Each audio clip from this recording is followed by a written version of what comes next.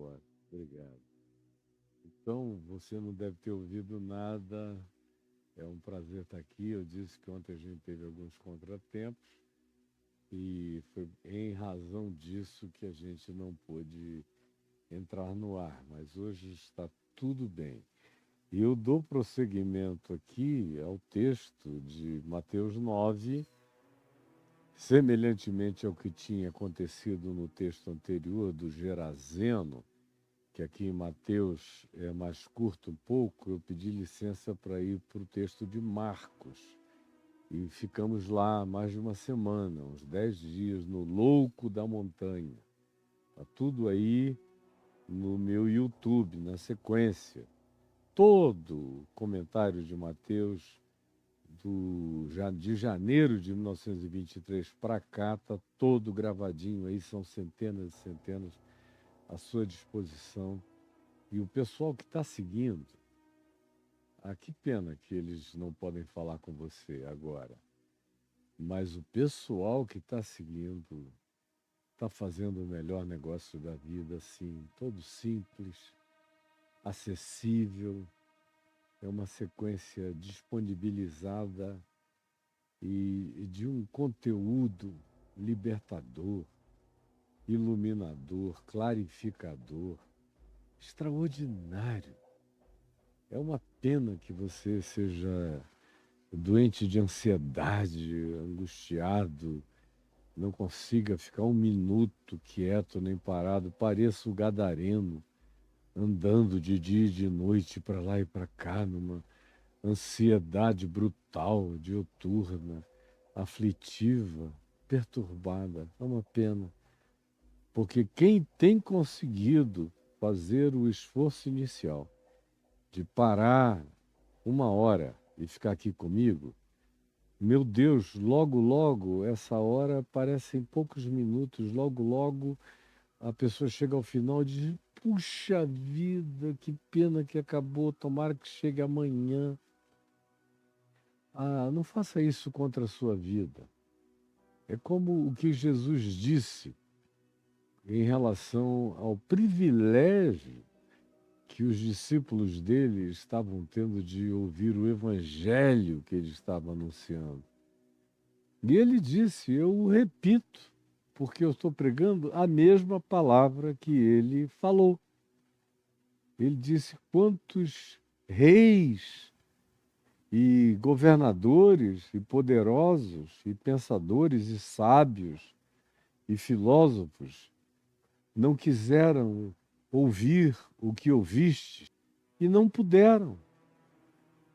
Mas a vocês é dado esse privilégio de que a palavra do Evangelho do Reino de Deus, com toda a sua capacidade libertadora, seja plantada e produza em você e gere em você essa divina semente, esse DNA de Deus, esse gene espiritual do nosso Pai que está nos céus e que implanta na gente uma nova natureza. Isso não é papo furado, não é trucagem psicológica, é realidade espiritual validada por Jesus inúmeras vezes, especialmente quando disse: importa-vos nascer de novo, que é o que o Evangelho faz, esse glupt, dá essa virada, faz esse loop, você se enxerga, faz o que Sócrates propôs e todo mundo entrou em pânico, que é: conhece-te a ti mesmo. O Evangelho provoca, preste atenção, provoca a necessidade desse autoconhecimento. Porque uma pessoa que viva só da cara para fora, nessa pessoa jamais haverá evangelho. Se você for um religioso que só se ocupa do que os olhos veem, do que as pessoas enxergam em você, e que vive de persona e de performances, e de apresentações, teatralizações, máscaras e presepadas, nada, nada, absolutamente nada de Jesus e do Evangelho, que é completamente profundo, que tem a ver com a transformação do ser humano interior. Portanto, você tem que se conhecer a si mesmo, tem que se encarar, tem que se enxergar, tem que se ver, tem que se abrir de dentro para fora, é como Jesus disse quando falou à igreja de Laodiceia, lá no livro do Apocalipse. Leia nos capítulos 2 e 3, quando ele diz à igreja em Laodiceia: eis que eu estou à porta, preste atenção, estou à porta e bato do lado de fora, ele, Jesus, fora da igreja. Significando dizer não apenas fora de um coletivo, mas fora daqueles indivíduos que formavam aquele coletivo arrogante, presunçoso. Eles tinham adotado a teologia do domínio, a teologia da prosperidade, a teologia da riqueza, a teologia dos favorecimentos, a teologia da grandeza, a teologia do supremacismo. Eles diziam: nós somos ricos, abastados, poderosos, conseguimos o que outros não conseguiram. E Jesus diz: em verdade eu vos digo que vocês são pobres, cegos, miseráveis e nus. E eu estou do lado de fora. Vocês estão no masturbatório interior dessa congregação, gozando a companhia religiosa, gloriosa, autoexaltada, triunfalista, uns dos outros e uns para os outros, enquanto eu estou de fora e bato. E aí dentro dessa congregação, desse coração, dessa mente, houver alguém ainda, e abrir a porta da mente, da cognitividade, se fizer uma abertura, como é o caso aqui de Marcos 9, na sua referência em Mateus 9, na sua referência de Marcos 2, de 1 a 12, quando os amigos fizeram uma abertura no telhado onde Jesus estava para baixarem o leito do amigo, se aí é onde você está e a porta é batida de fora para dentro, porque Jesus não está do lado de dentro. Você se diz igreja, se gloria de ser igreja, acha que tem privilégios superiores acima dos outros, mas Jesus diz para mim, que te conheço, eu sei que tu és pobre, cego, miserável, guarde as palavras, infeliz e nu. Embora tu estejas rico, abastado, poderoso, dominador, supremacista, para mim, tu és o que não é. Tu és o ente que se dessignificou por inteiro. Preste atenção. E ele está batendo porque ele está fora. Significando dizer que só você pode abrir pelo lado de dentro. Só você. O resto é papo furado. Alguém que prometa que vai abrir seu coração de fora para dentro, mentira.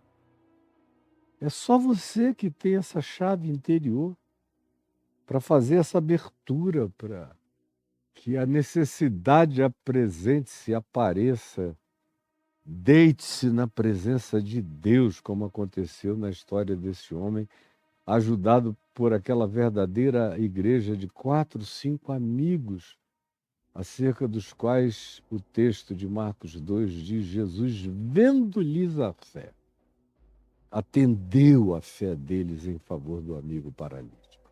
Sobre isso está tudo gravado e foram dias de falas aplicadas. É só você ir recuperar tudo para o seu benefício.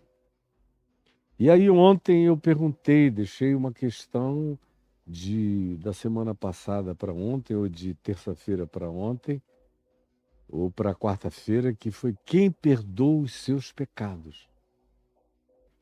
E foi sobre o que eu falei no nosso último encontro, de quarta-feira, aliás. Quem perdoa os seus pecados?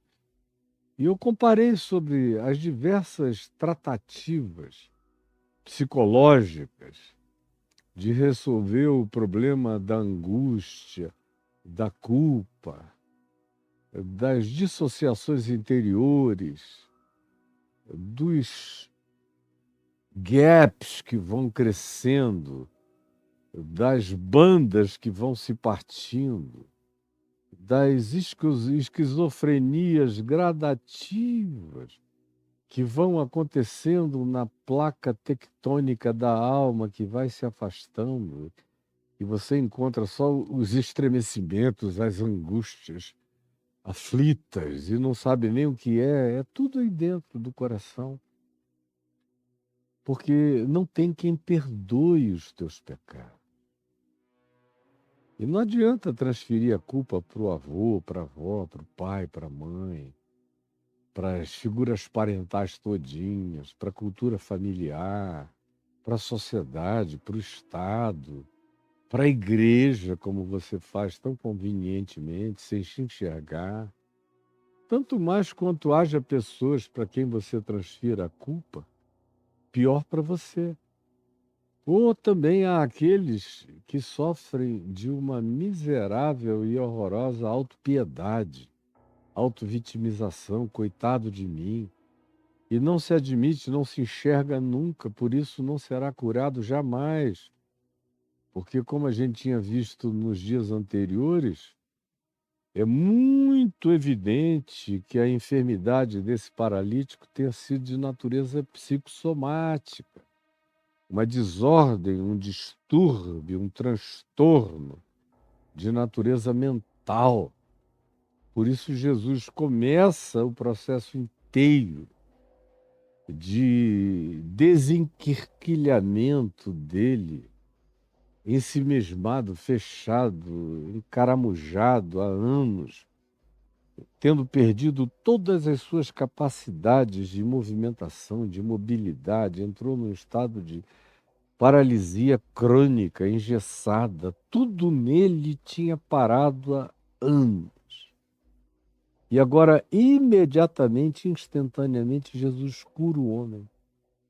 Mas a primeira coisa é dizer, filho. Aqui em Mateus ele diz, tem bom ânimo. Tem bom ânimo. Em Marcos ele diz, filho, estão perdoados os teus pecados. Aqui ele diz, você junta Marcos, filho. E aqui ele diz, tem bom ânimo. E ontem eu falei sobre o significado do bom ânimo.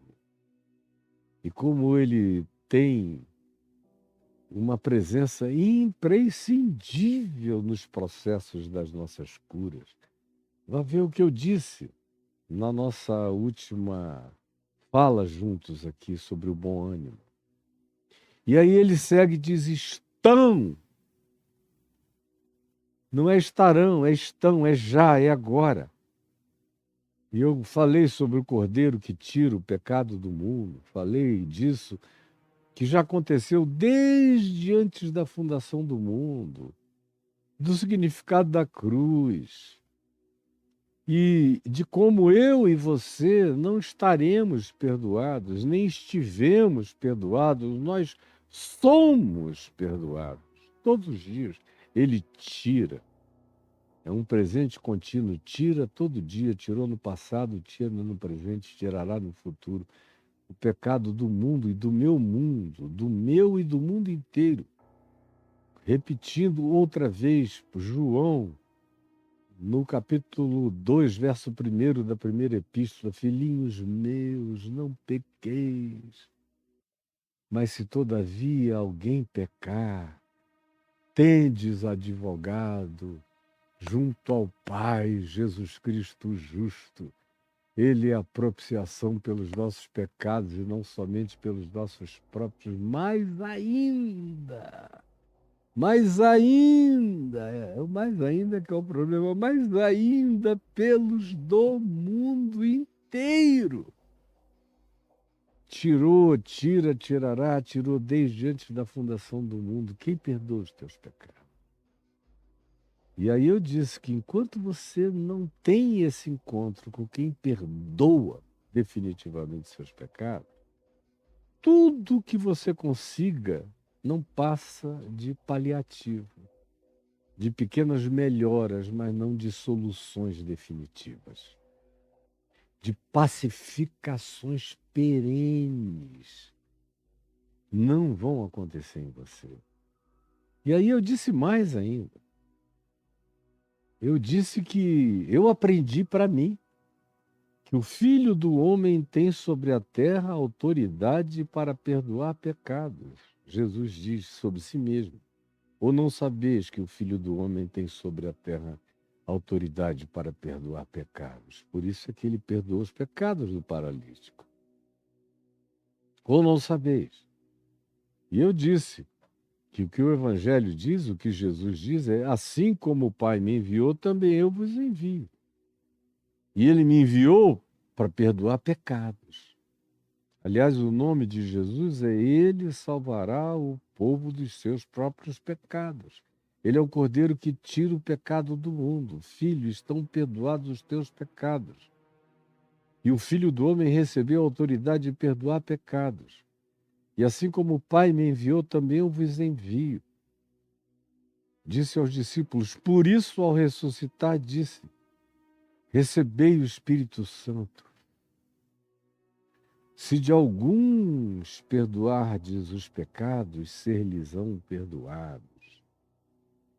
Isso foi no Evangelho de João. Agora o apóstolo João, já idoso, muito mais enraizado nessa consciência e praticante dela por décadas, diz na primeira epístola dele, se vocês virem alguém pecar, não para a morte, não aquele pecado de uma raridade praticamente inencontrável, inconcebível, de tão rara que é, se vocês encontrarem alguém que pecou não para a morte, peçam ao Pai Peçam ao Pai que lhe perdoará os pecados por uma intercessão de vocês.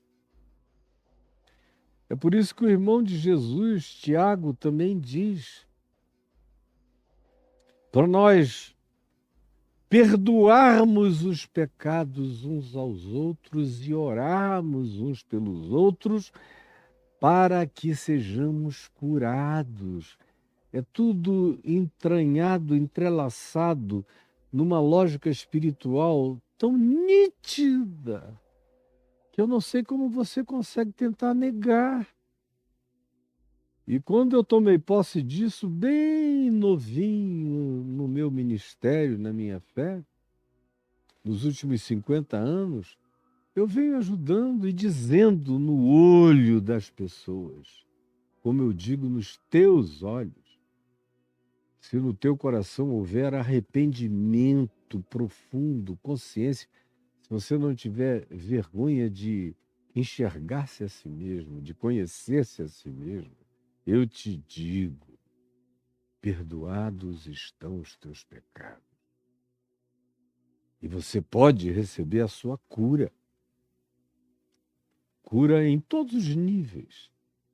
Daquilo que a culpa acumulada, guardada, introjetada, nutrida, curtida, alimentada, adulada muitas vezes, realizou em nós, penetrando e indo das produções de sinapses enfermiças na nossa estrutura neural, na nossa alteração cerebral, provocando-nos convergências adoecedoras na própria estrutura neural do nosso cérebro, atingindo os nossos órgãos de choque, pele, órgãos internos, coração, fígado, rins, uma quantidade enorme de coisas que acontecem em nós por causa das nossas desordens psíquicas, mentais, das nossas angústias, dos nossos medos, das nossas fobias, da nossa culpa, do latejamento constante da falta de perdão. E como a gente não quer enxergar, a gente vai empurrando com a barriga, vai fazendo todo tipo de transferência para não ter que lidar com o fato. E enquanto isso não acontecer, você vai continuar no casulo, amarrado, mesmo que os amigos façam todo o esforço, coloquem você na presença de Jesus, como o texto aqui narrativamente o faz, mas se você não chegar, não apenas através da abertura que outros fizeram para criarem o acesso a você, mas você tem que chegar com a mente e o coração abertos para acolher. Filho, filha, tem bom ânimo, tem bom ânimo. Perdoados estão os teus pecados. E aí isso é tirado com a mão. E eu contei várias histórias, estão todas gravadas aí para ilustração do que eu estou dizendo, resumidamente. Então eu concluí,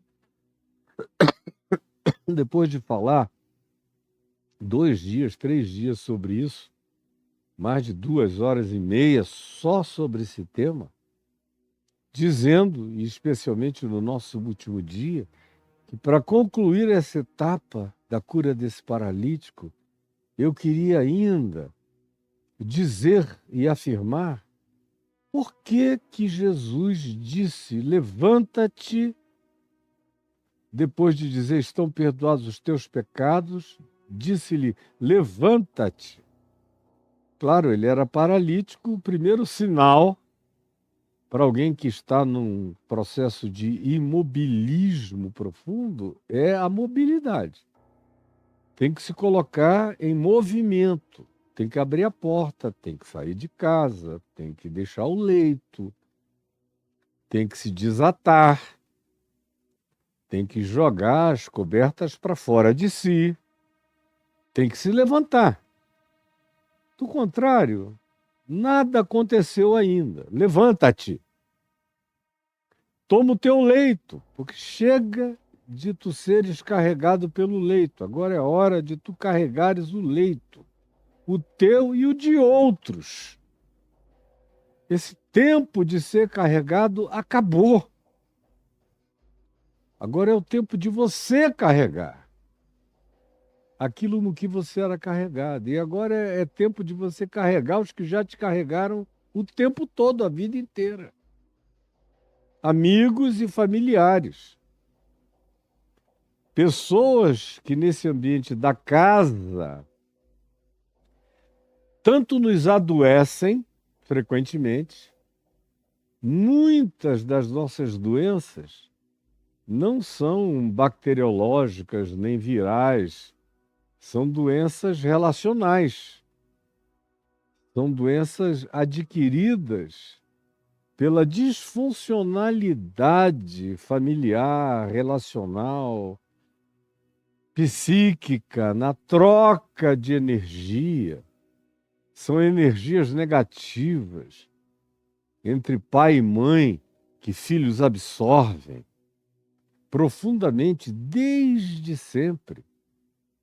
Desde o ventre materno, desde que eram fetos, já começam a absorver a energia da mãe, a voz grosseira, tosca do pai, ou a emoção amargurada, infeliz da mãe.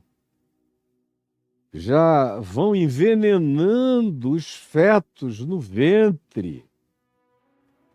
Assim como João Batista estremeceu de alegria, conforme a gente já viu aqui no início da exposição de Mateus, quando a gente falou de João Batista, está tudo aí gravado.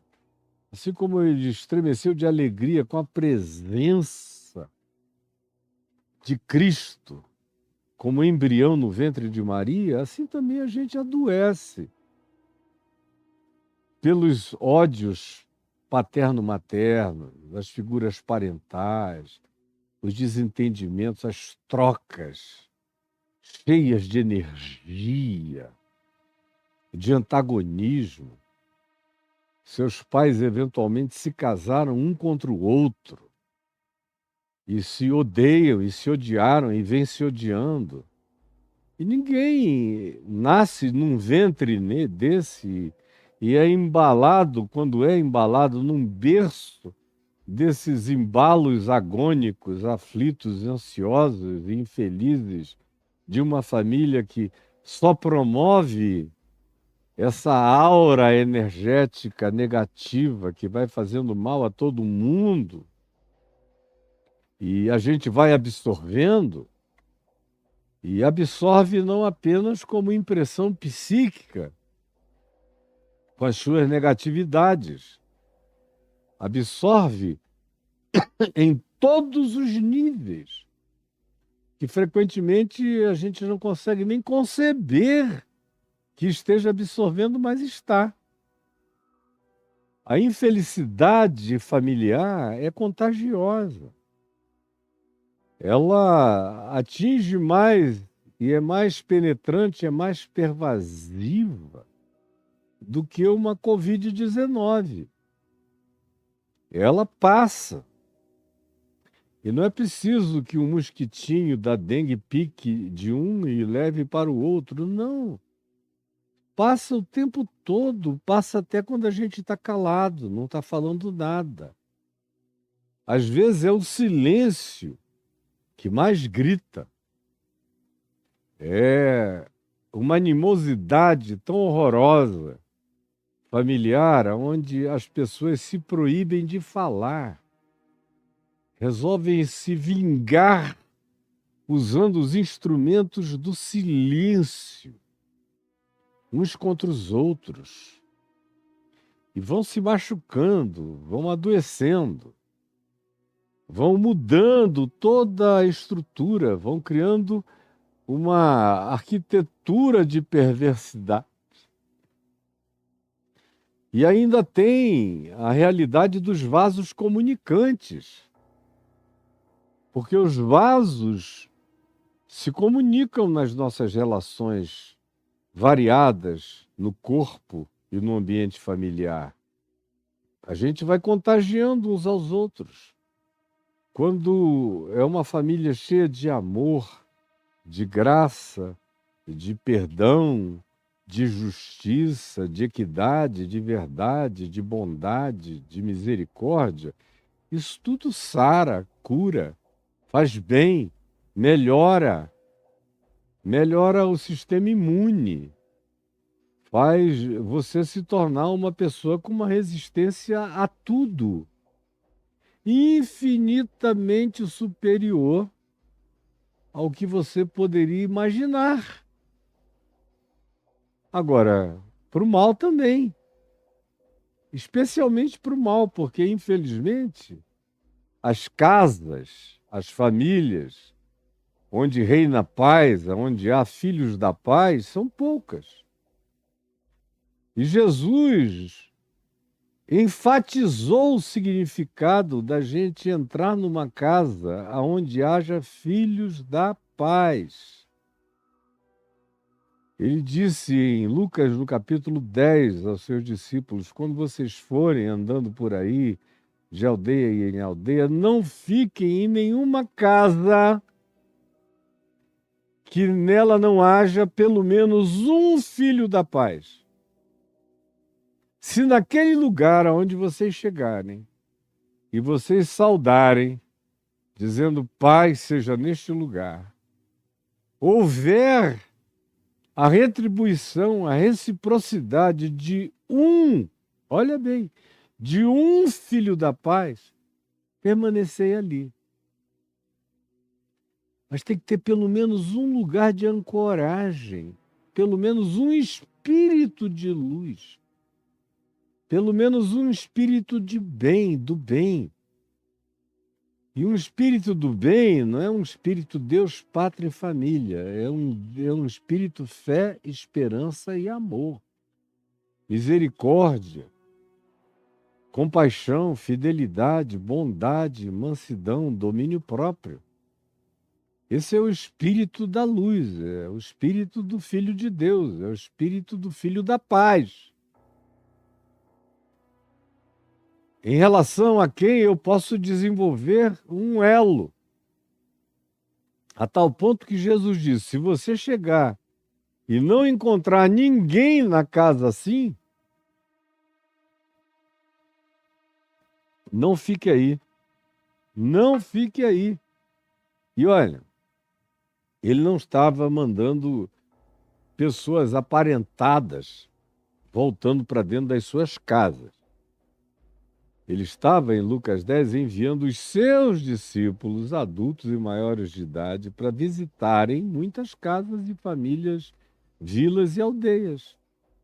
Mas, dentre as recomendações, uma das mais importantes no que definia a estada, a permanência, o escolher o acolhimento de um determinado teto, de um telhado de aconchego, de um ethos, era que houvesse ali um filho da paz. E Jesus não está dizendo isso por dizer, não é uma condição moral. Ó, se tiver crente na casa, fica aí. Não, ele não queria nem saber disso. Ele sabe todas as coisas, mas do ponto de vista imediato, ele não sabia nem o que era isso. Conforme você imagina isso, para ele isso e nada. Era a mesma coisa. Ele está falando de paz real, de realidades que os principados e as potestades identificam, que os anjos enxergam, que os seres invisíveis penetram, que o nosso Pai que está nos céus reconhece. Ele está falando não de fachadas, mas de realidades profundas, que só podem ser medidas por sensores espirituais. Quando vocês chegarem, digam: paz seja nessa casa. E se vocês detectarem uma devolução da mesma vibração, da mesma frequência de paz, podem ficar aí. Do contrário, passem adiante. Agora, imagina quando isso tem a ver com família, com realmente seu pai, sua mãe, os seus irmãos. Tem que haver paz. Se não houver paz, se não houver pelo menos um filho da paz com quem você possa se aliançar, se vincular e se fortalecer para resistir o que vocês tenham que juntos resistir, não fique aí. Como se não houvesse, preste atenção, na casa do Gerazeno, que foi aquele endemoninhado que antecedeu a nossa fala agora do paralítico na última semana. Um filho da paz, ou não houvesse na casa dele uma esperança de construção de paz, que ele não pudesse ser o primeiro porta-voz a anunciar aquela mensagem que era mais do que uma oralidade, é uma vibração energético-espiritual, psíquico-energético-espiritual, de algo novo que estava habitando o coração dele, Cristo vivendo nele, a paz de Cristo arbitrando nele.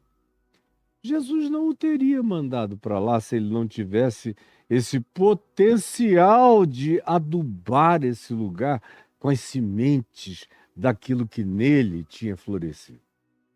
A mesma coisa nesse episódio aqui.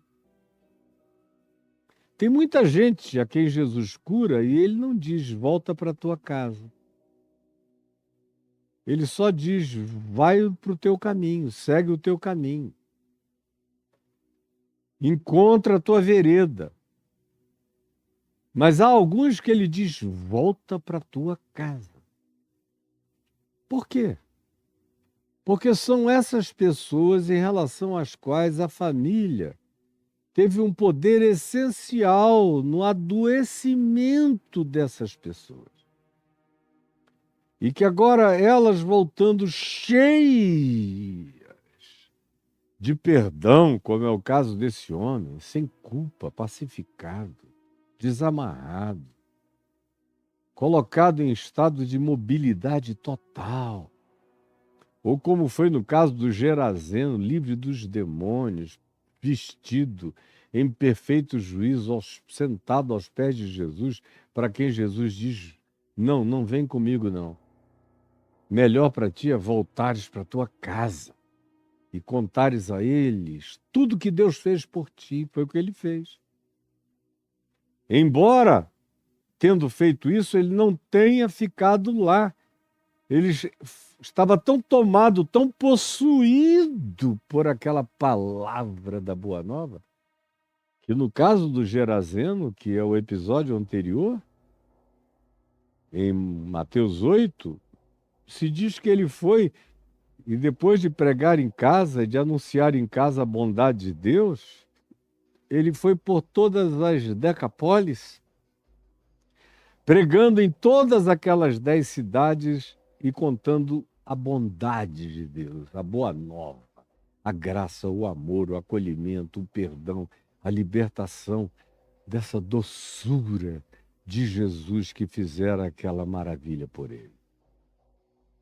E aqui é a mesma coisa, muito provavelmente esse homem era um doente da família. Nós, preste atenção no que eu estou lhe dizendo, e eu estou fazendo questão de falar bem devagar.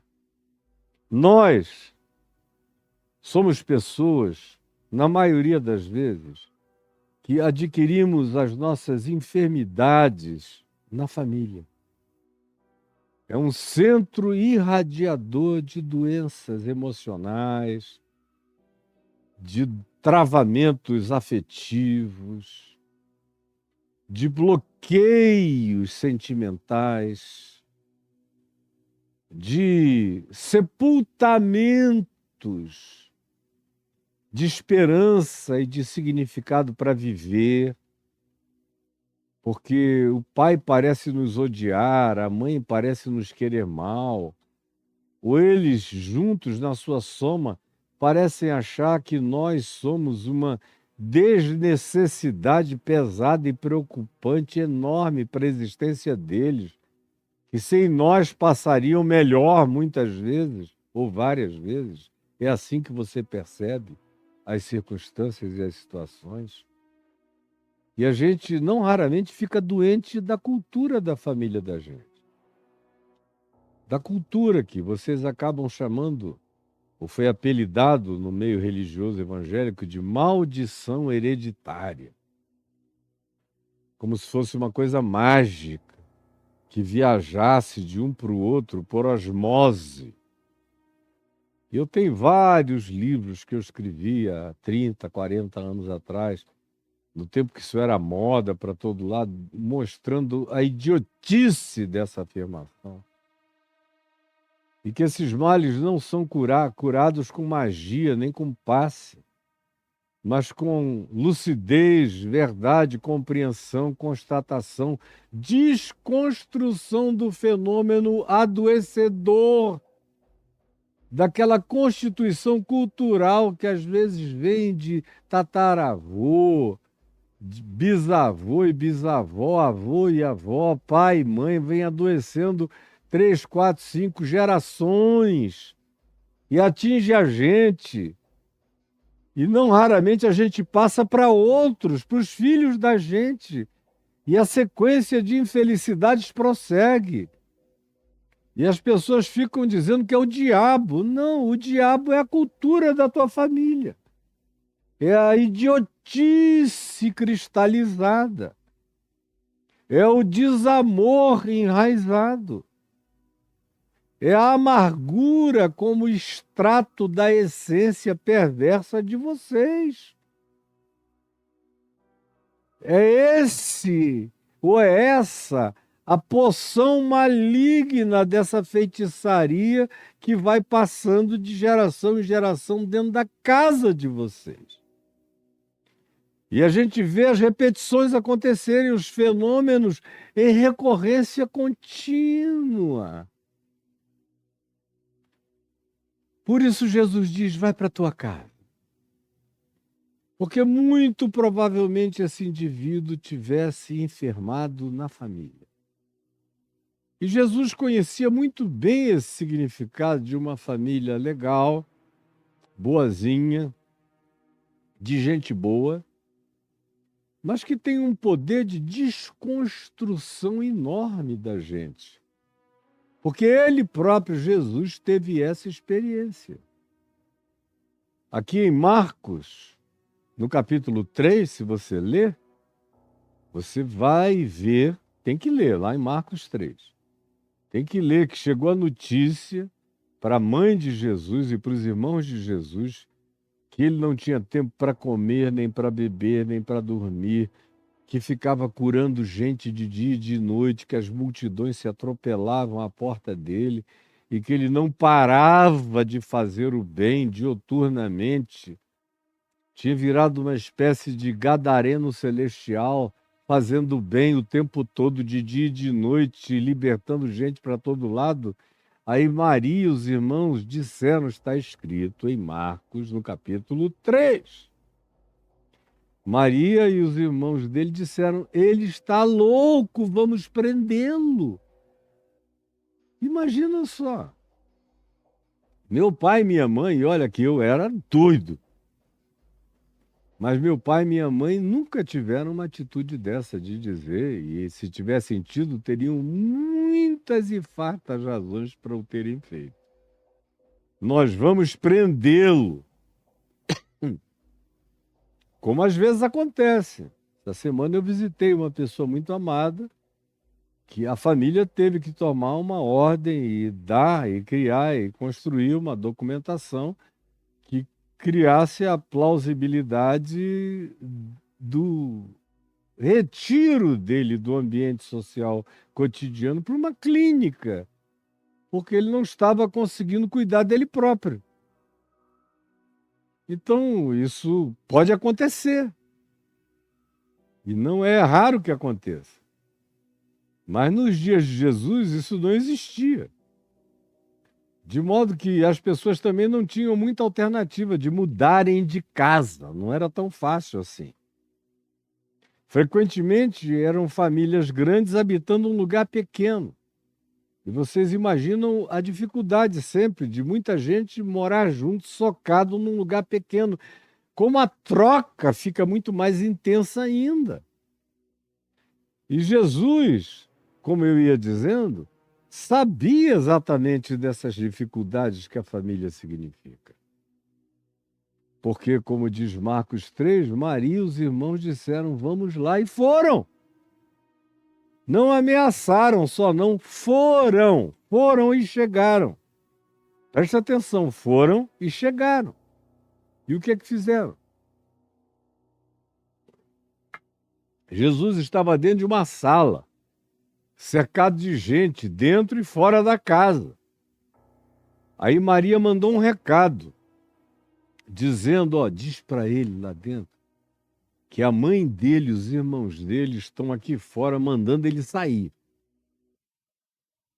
E Jesus, sabendo de tudo, com todas as antenas ligadas e conectadas a todos os corações humanos, esperou chegar o recado. E aí o recado chegou. Tua mãe e os teus irmãos estão aí fora mandando que tu saias. Aí Jesus disse, quem? Há um sarcasmo aqui. Quem? A minha mãe? E os meus irmãos? Em verdade eu vos digo, e diz o texto, os textos do Evangelho.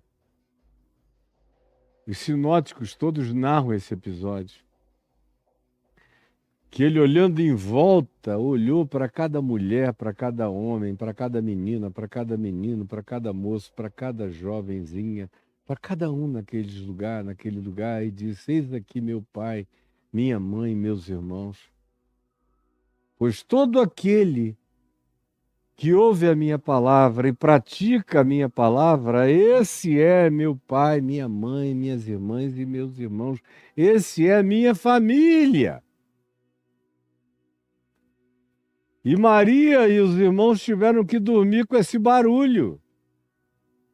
E não há notícia alguma de que ele tenha saído para obedecer à demanda. O mais forte é isso. Eles tiveram que esperar o tempo que tiveram que esperar, e Jesus foi na direção deles quando foi apenas e exclusivamente no timing deles. Do contrário, era doença. Aceitar aquela ordenzinha mariana, aquela demanda dos irmãos, tem que vir aqui agora, e se submeter àquele capricho infantilizante, àquela vontade de controle, de dominação ignorante, aquela falta de consciência respeitosa para com a liberdade adulta de quem cresceu, não podia ser obedecida, senão a gente entra num processo que é apelidado de codependência familiar. É quando a doença de pai, de mãe, de irmãos começa a criar uma cultura e um elo e uma cadeia de um sistema fechado para dentro do qual a gente pula e dentro do qual a gente se coloca em estado de submissão. E a gente passa a ser dependente daquela volição coletiva adoecida. E fazer uma troca com essa vontade coletiva adoecida é adoecedor para qualquer um. De modo que Jesus não foi, eles tiveram que esperar o tempo, a hora, o prazo, o timing da adulteza do Filho do Homem para ir ao encontro deles. E se for diferente, faz você ficar dodói. Inevitavelmente.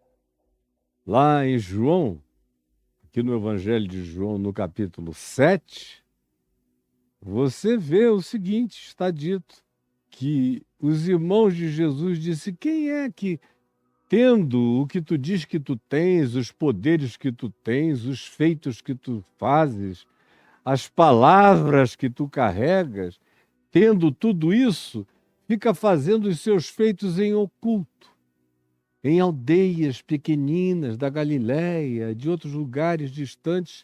Tu tens que ir para a capital, para Jerusalém, para dentro do templo. Se é isso que tu fazes, é mais ou menos o conselho de Satanás em Mateus do capítulo 4. Vai para o pináculo do templo. Vai para o átrio, vai para onde está o povo, vai para um lugar de visibilidade, vai e pratica o marketing da maior reconhecibilidade possível. Porque ninguém que, tendo o que tu dizes que tu tens, tendo isso, faz os seus feitos em oculto. E aí a conclusão do apóstolo João, que está lá em João, no capítulo 7, é a seguinte: pois, preste atenção, pois nem mesmo os seus irmãos criam nele. Pois nem mesmo os seus irmãos criam nele.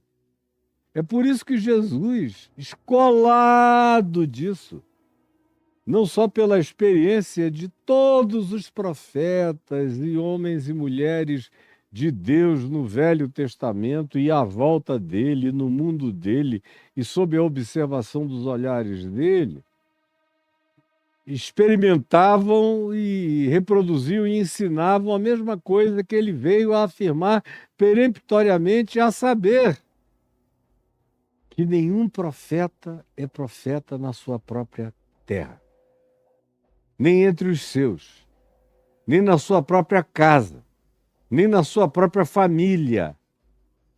É o lugar onde você é, por último, reconhecido. Por último, reconhecido é na sua casa. É o lugar da maior resistência. A família é um ambiente escatológico radical mais profundo que a gente tem, deixa eu lhe dizer.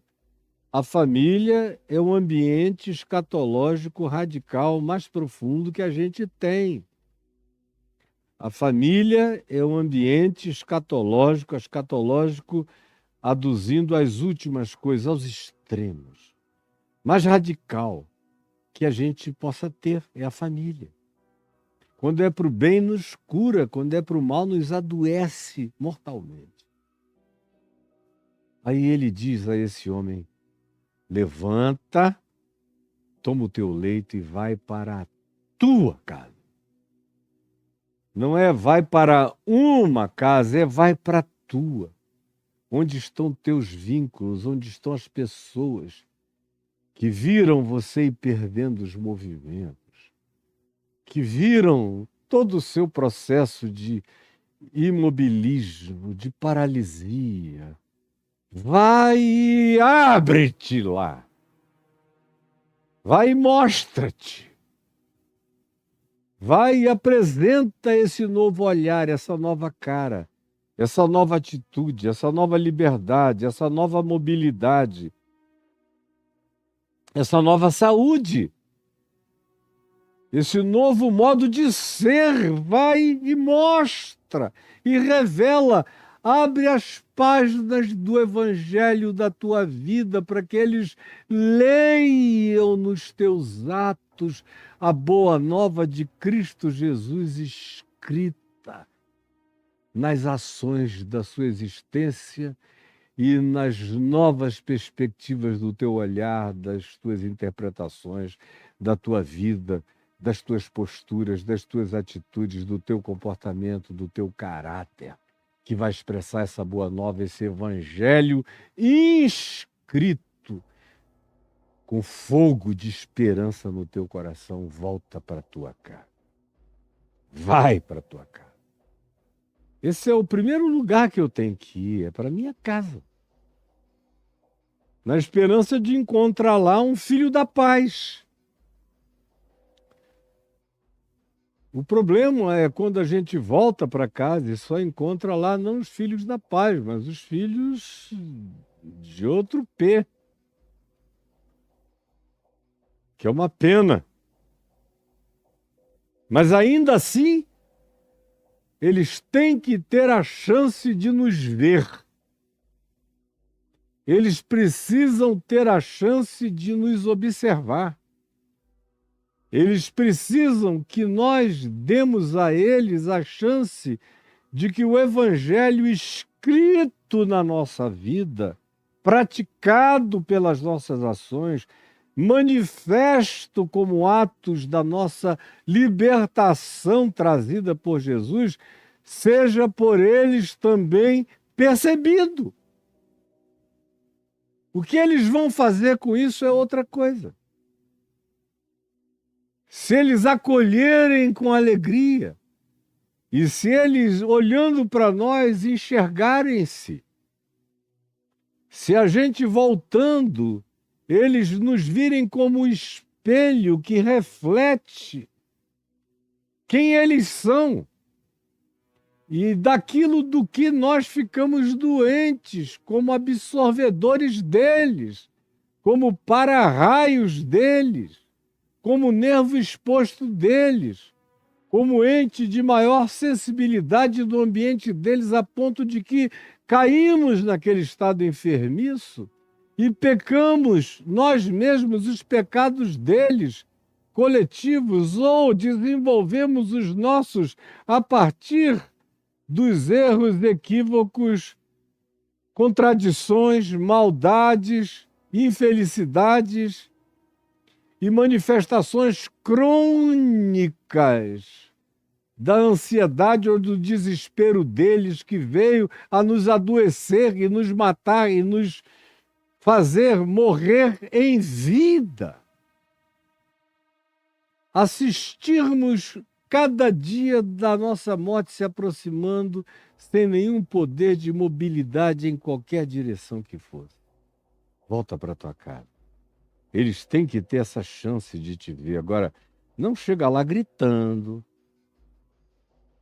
Não chega lá como um crente, pelo amor de Deus, como um crente, um chato, um nervoso, um histérico, um maluco. Senão, não houve cura em ti. Houve só arrogância, presunção. Você não se enxergou, não se viu. Quando é Jesus que entra na gente, a gente volta em paz. A gente volta com luz nos olhos, a gente volta irradiando graça. A gente volta contagiando vida. A gente volta como um choque ambulante do Evangelho do amor de Deus. A gente choca como uma inegabilidade de que Deus de fato está em nós e que operou em nós e que nos libertou e que nos largou e que nos desamarrou e que nos empoderou para que a gente que andava carregado agora carregue. Para a gente que era levado agora ande leve. Para a gente que era amarrado agora desamarre.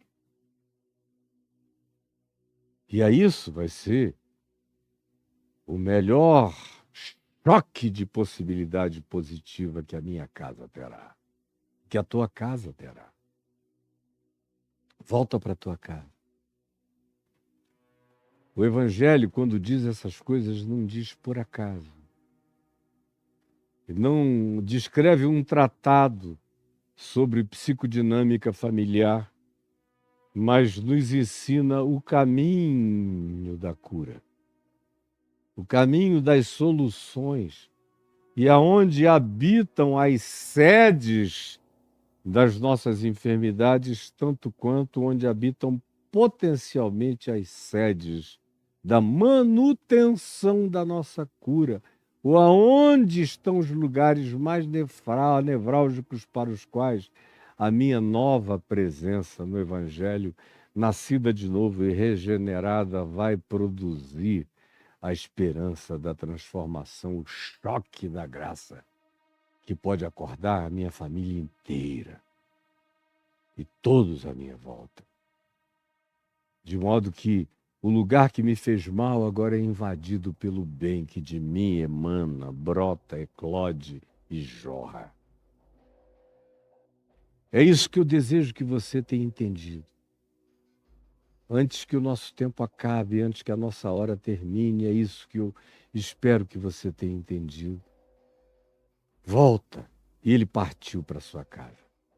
Volta, e ele partiu para sua casa. Essa é a primeira manifestação de obediência prática, concreta dele, ou uma das primeiras. A primeira foi tomar o leito, levanta. Segunda é toma o leito. E a terceira, volta para casa. É esse combo aí, de expressão de cura. Já não sou mais um paralítico, por isso eu levanto. Já não sou mais um impotente, por isso eu tomo leito. Já não sou mais uma vítima da minha família, por isso, curadamente, eu retorno para casa, levando e emanando graça e cura divina, esperando encontrar filhos da paz, irmãos da paz, paz da paz. Agora, se nenhum deles quiser, e eu senti que eles se incrustam e se fecham no imobilismo adoecedor que foi aquilo que no passado quase me matou, eu os abençoo e vou no meu caminho. Você não tem que ficar, como Jesus disse, tem que ter filho da paz para que algum telhado me sirva. Se não houver nenhum filho da paz, nenhum sinal de pacificação, depois de ter cumprido a minha parte de revelação da boa nova para esse lugar onde eu fiquei doente, se mesmo assim lá ninguém quiser, eu procuro o meu novo lugar, vou fazer uma casa para mim. Vou criar um novo ethos, um novo telhado de significado do Evangelho para a minha existência. Vou ressignificar um lugar como família, como casa para mim. E sobre isso, Jesus ensinou muito, quando não deu nenhuma ênfase idolátrica ao gene, ao DNA, a nada disso. O maior exemplo disso é que Maria, que tinha filhos e filhas, quando Jesus morria na cruz, olhou para um discípulo dele e disse a João, que também tinha pai e mãe: eis aí a tua mãe. E disse a Maria acerca de João: eis aí o teu filho. E o texto prossegue dizendo: daquele dia em diante, João a levou para casa. Porque não há da parte de Jesus nenhum culto ao DNA. As relações são boas aonde elas são boas, e as melhores são onde existem as melhores. Isso é família. Isso é saúde. Isso é cura. Agora, às vezes, a gente tem que ter coragem de dizer: a continuidade aqui é adoecedora. Eu tenho que ter agora a coragem de ressignificar um lugar e chamá-lo de minha casa, de meu lar, e acender ali o meu fogo. Por isso é que o lugar do fogo é chamado de lareira. Lar é o lugar onde eu boto aquele fogo íntimo e me aqueço, me esquento, me aconchego. No lar eu tenho a minha lareira. E é aí que eu ressignifico o meu mundo, num lugar que me aconchegue. Eu espero, em nome de Jesus, que você tenha entendido o que eu falei. E que você tire todo o proveito possível desse evangelho simples e da graça de Deus que chegou até você. A nossa hora estourou aqui no TikTok e caiu. Mas você está nesse canal principal, aqui no YouTube, vendo onde está tudo guardado e arquivado para você. Jesus, eu peço que, para além do arquivo, nessa plataforma, o coração de cada um desses que me vê e me ouve se transforme num arquivo vivo do Evangelho, da Tua Palavra, Essa palavra que eu venho dizendo há 50 anos, crendo, crendo, crendo e vendo, vendo, vendo o poder libertador que ela carrega e o bem que ela produz. E é o que eu te peço que o Espírito Santo realize hoje, abrindo o telhado mental, abrindo esse espaçamento cognitivo de discernimento e de compreensão, de cura, de saúde, de libertação. É o que eu imploro que tu faças.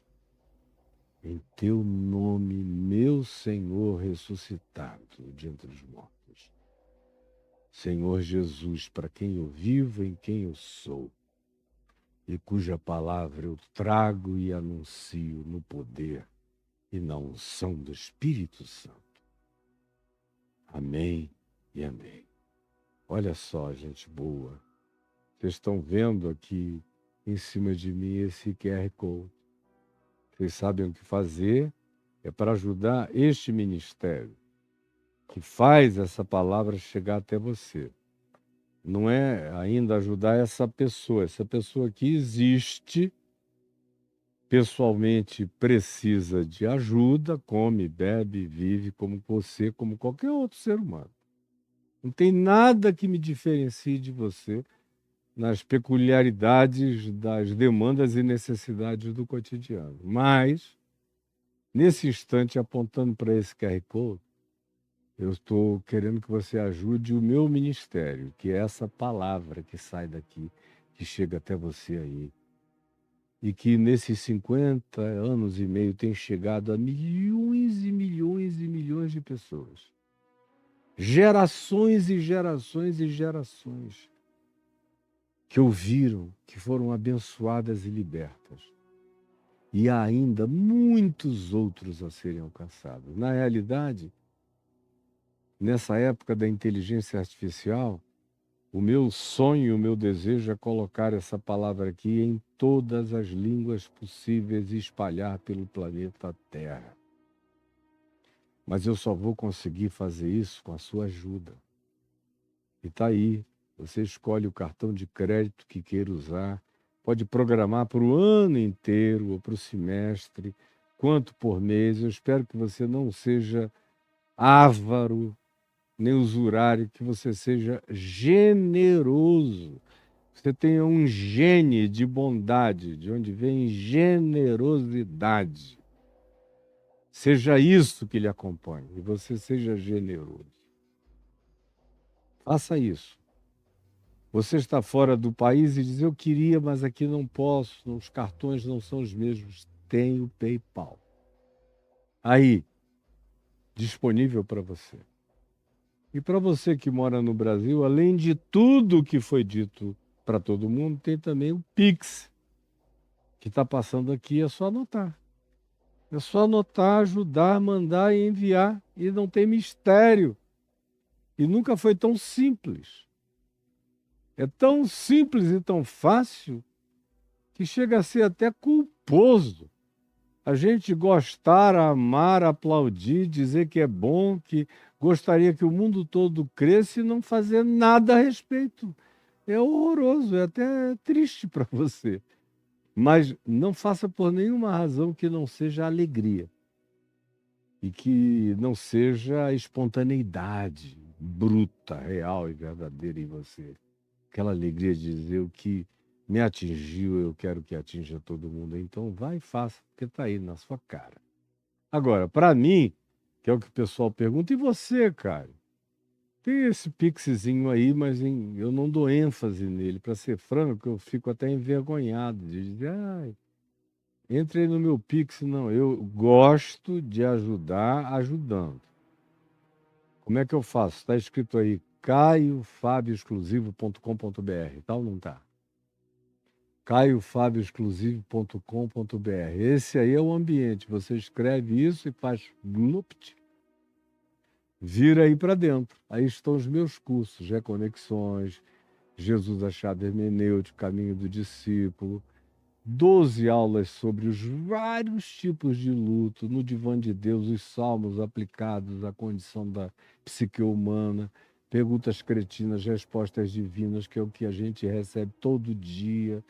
Esse bloco aí dos 9 cursos facilitado para todo mundo, do dilúvio ao apocalipse, modernidade líquida, esse curso do medo que você não pode deixar de fazer.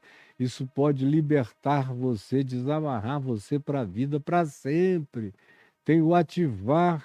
Foi um ano inteiro de aulas mostrando como o evangelho bota a gente em pé. Bota em pé, ativa a gente para a vida. Faz quem estava dormindo acordar. Para aqueles que têm angústia de pessoas que se suicidaram na família e que vivem atormentadas, pega esse curso Tabu do Suicídio, Desvendando Israel, elevando você às geografias do Novo Testamento e fazendo a associação das mensagens de Jesus, fazendo-as ficarem muito claras na percepção da gente, e por aí vai. Como ele disse, ela disse, eu e a Adriana ficamos aqui meses respondendo as mesmas perguntas. Ela lá dentro de casa, eu aqui fora, eu não sabia o que perguntavam lá, ela nem ela, o que estavam me perguntando aqui a mim, muito menos as respostas. No fim, juntaram tudo e a gente não teve nenhuma dissonância, mostrando o nível de harmonia mental e conjugal que um casal pode adquirir na percepção do evangelho da vida. Tem essas e muitas coisas. Eu estou fazendo os salmos, já gravei mais de 80, vou produzir todos, estou indo à Turquia, vou voltar de lá com pelo menos umas 20 mensagens maravilhosas para você ter acesso. Elas vão entrar aí no Caio Fábio Exclusivo, com mais 3 documentários prontos que vão entrar no Caio Fábio Exclusivo. E tem a área 51 do Evangelho, que eu estou aguardando a minha volta da Turquia para então eu iniciar esse curso que eu estou prometendo há mais de um ano. A área 51 do Evangelho, nós vamos fazer uma engenharia reversa para chegar àqueles lugares onde a religião, e ninguém levou você até hoje, porque eles têm medo de visitar esses lugares para os quais eles não têm respostas para as questões que estão postas, mas que para mim são as mais desejáveis e quando são aprendidas são as que mais nos dão discernimento. Eu quero que Deus te abençoe. Um beijo para você, para sua casa, para sua família. Fique com o Senhor Jesus, hoje e sempre. E que a graça e a paz do Senhor sejam sobre a sua vida. Amém, amém e amém.